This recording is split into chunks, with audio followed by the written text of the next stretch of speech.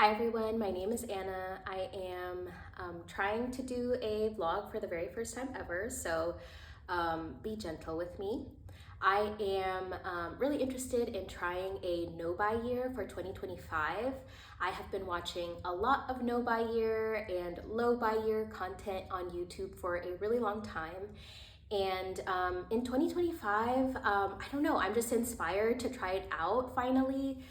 I think there have been a couple of things that finally pushed me to like just do the dang thing. One of them is just being really fed up with my constant desire for new things and noticing that I get like weirdly obsessive about like finding the perfect thing that's gonna fix my whole life. And like I find myself like researching at 2 a.m. like the perfect whatever maternity pant and like looking on Poshmark, looking on ThreadUp for like hours. And then finally I buy a thing and I get it and it's just fine, right? And I'm really tired of that cycle. And I'm hoping that by doing a low buy or a no buy, I'm able to just shift the way that I'm interacting with stuff and with shopping. Another thing I really love to watch is like minimalism content, decluttering, and conscious consumerism. And so like all of those kind of values are really coming to the surface for me, and I'm wanting to like implement them in my own life a little bit more. And I think of a no buy and a low buy like challenge as something that would really fit nicely with those values. But in particular, like a big thing that's pushing me to try a no buy year for 2025 is getting a little bit more clear on my finances and financial goals. We've been working with a financial advisor, and we have like quite a few goals that we want to save up for, like buying a new car and having 2 kids in daycare, and like long-term stuff like retirement and savings accounts for the kids and stuff. So I just really want to make progress on those goals, and I know that like getting a handle on my frivolous spending is really going to go a long way in helping us like achieve those big goals. And so I have like done a little bit of soul searching and like brainstorming and thinking about like what are the sort of things that I still want to be able to buy in 2025, and what are the categories that I'm just like, no, I don't want to be spending any money on it at all. And I actually realized that this probably is going to end up being more of a low buy year than a no buy, because there's kind of a lot of stuff that I still think is worth my time and money in spending in, like basically a lot of things that would make my time pumping easier or better, a lot of things that would make like childcare easier or better, and just like things that make me able to survive my life. And as well as like entertainment, like I still really value experiences and like going to the zoo, going to the museum, and I don't want to decrease our spending in those areas. But I have some very clear areas that I know I want to stop buying. One like main one, like most people I think, is clothing. I will still have a small budget for clothing because I'm currently pregnant with my second child, and even though I have a lot of maternity and postpartum stuff that I think will work for me this time around, my pregnancy is happening in different times of the season, and so I know there's some stuff that like is not working for me right now that worked last time, and that's probably going to continue to be the case. So I want to still be able to, like I said, like meet my needs, but like not go wild with the shopping. So I have a $200 budget for both maternity and postpartum clothing.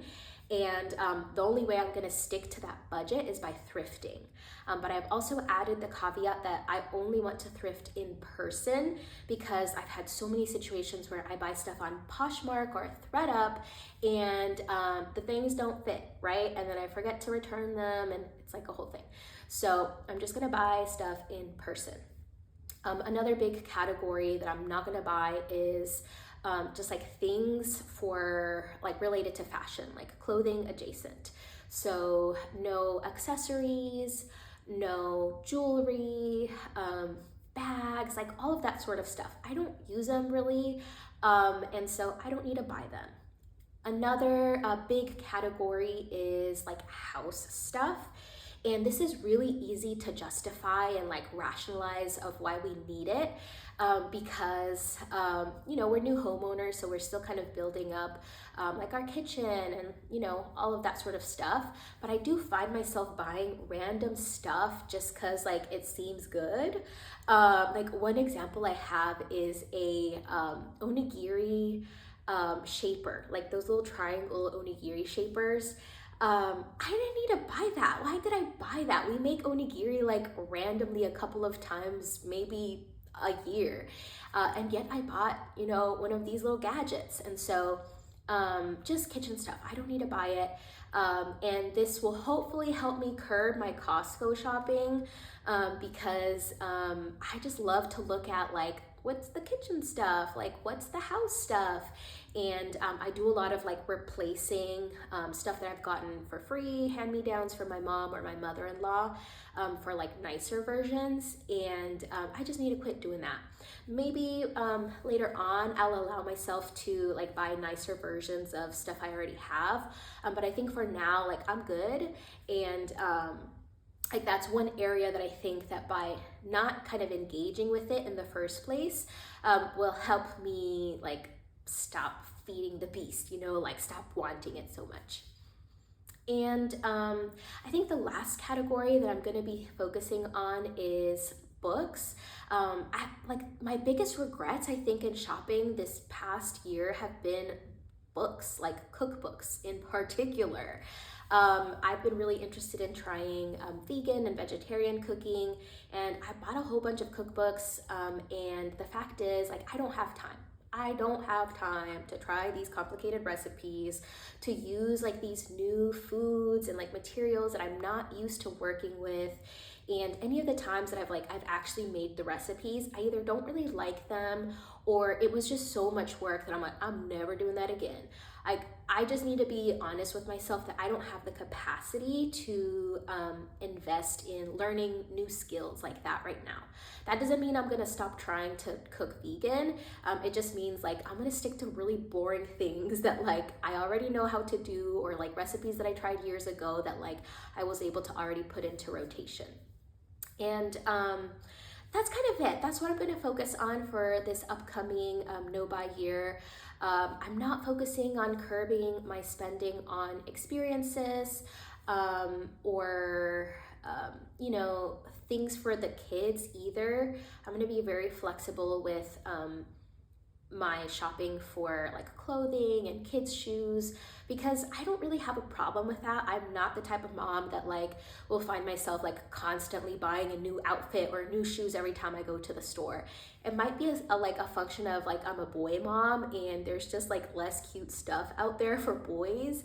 But like I'm just not called to do that. So I don't really feel like I need to put any kind of boundaries on that sort of stuff.